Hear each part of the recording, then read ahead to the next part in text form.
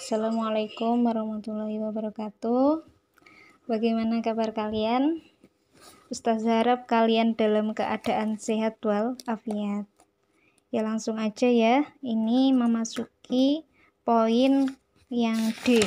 Nah, poin yang D ini tentang mewujudkan perilaku semangat dan juga komitmen kebangsaan dalam kehidupan. Nah, kemarin sama Ustazah Ayu sudah disampaikan tentang poin C, yaitu poin C tentang Negara Kesatuan Republik Indonesia sebagai satu kesatuan ya. Anak-anak supaya menyiapkan buku catatannya dan juga menyiapkan pensil atau ballpoint sehingga nanti saat ustazah menerangkan supaya dicatat di bukunya masing-masing. Langsung saja ya kita ke poin D. Nah, di poin D ini mewujudkan perilaku semangat dan komitmen kebangsaan dalam kehidupan. Nah, kita hidup di Indonesia ini sangat beragam sekali, yaitu dari berbagai agama, suku, warna kulit, budaya, dan lain-lain. Akan tetapi, dari keberagaman itu kita harus tetap rukun dan bisa toleransi antara satu sama yang lain. Karena jika kita tidak bertoleransi, yang ada malah akan menjadikan konflik. Dan konflik itu akan menjadikan perpecahan. Sehingga perpecahan itu mengguncang keutuhan Negara Kesatuan Republik Indonesia. Untuk itu kita harus menanggulanginya. Untuk menjaga keutuhan NKRI, kita sebagai bangsa harus bersikap sebagai berikut. Yang pertama yaitu cinta tanah air, yang kedua membina persatuan dan kesatuan, yang ketiga rela berkorban, yang keempat pengetahuan budaya dalam mempertahankan NKRI, dan yang kelima sikap dan perilaku menjaga kesatuan NKRI. Yang pertama kita harus cinta tanah air ya. Nah, kita sebagai warga Indonesia harus mencintai tanah air sendiri. Adapun contoh atau sikap yang harus diwujudkan sebagai berikut, yaitu menjaga keamanan wilayah negara dari dalam maupun luar negeri. Nah, untuk apa harus dijaga ya? Supaya tidak dijajah oleh bangsa lain, supaya tidak diambil alih oleh bangsa lain atau negara lain. Kemudian contohnya lagi yaitu menjaga kelestarian lingkungan dan juga mencegah terjadinya pencemaran lingkungan. Nah, lingkungan yang ada ini harus dilestarikan, harus dijaga supaya tetap lestari. Kemudian sikap ketiga yaitu mengolah kekayaan alam, yaitu dengan menjaga ekosistem guna meningkatkan kesejahteraan rakyat.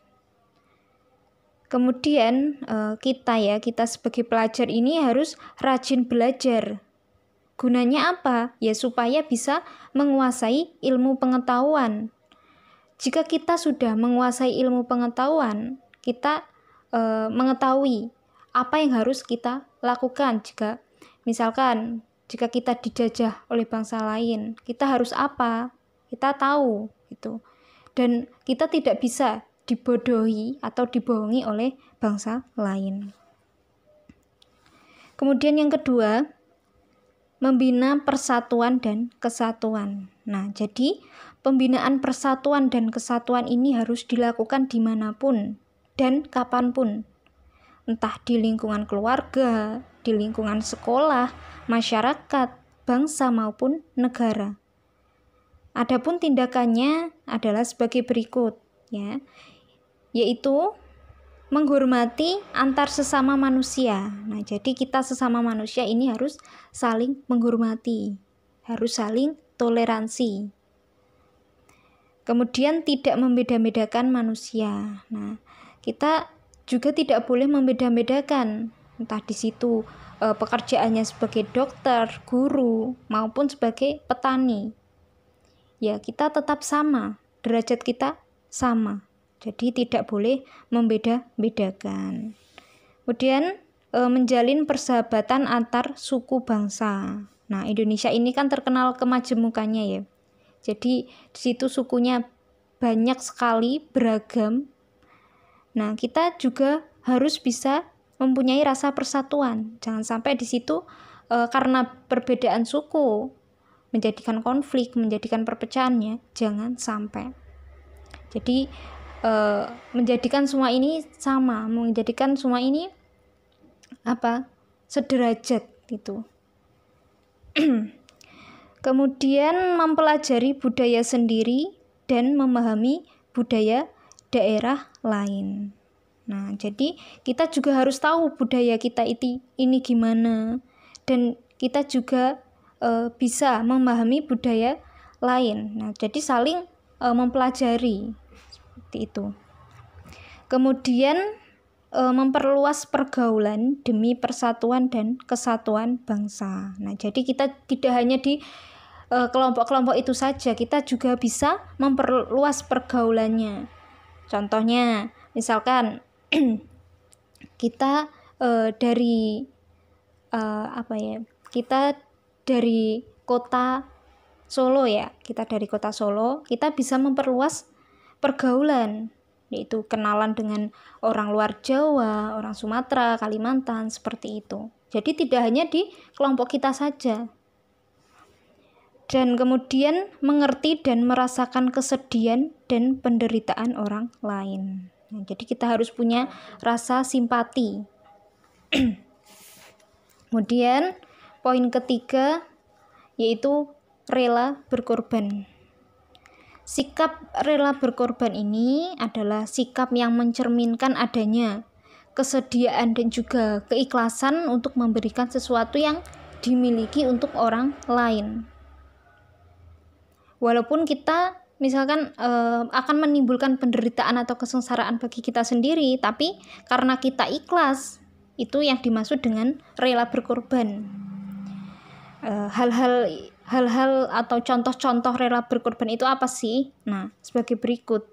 Yang pertama, yaitu berkorban dengan tenaga atau dengan bekerja.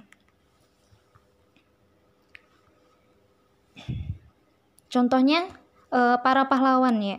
Para pahlawan itu rela berjuang mati-matian untuk memerdekakan negaranya.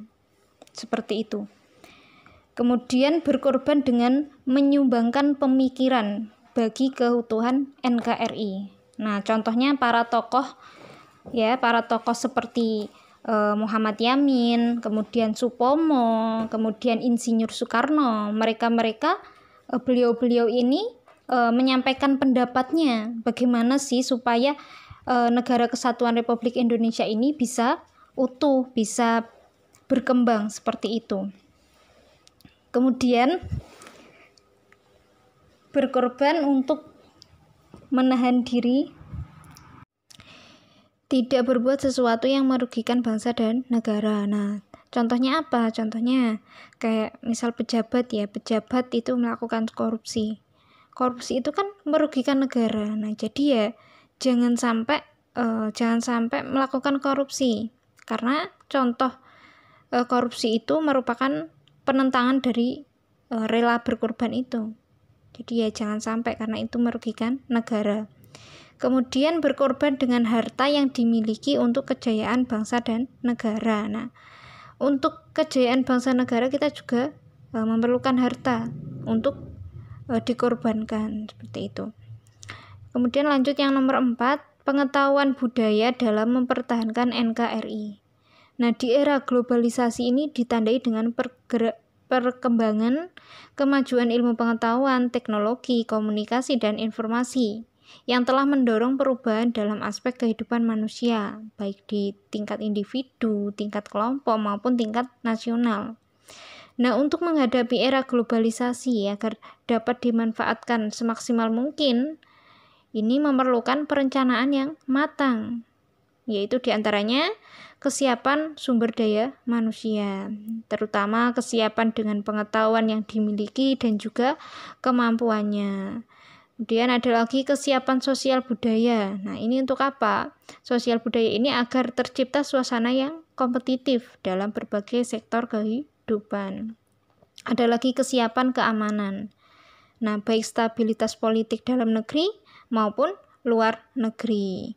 Ada lagi kesiapan perekonomian rakyat.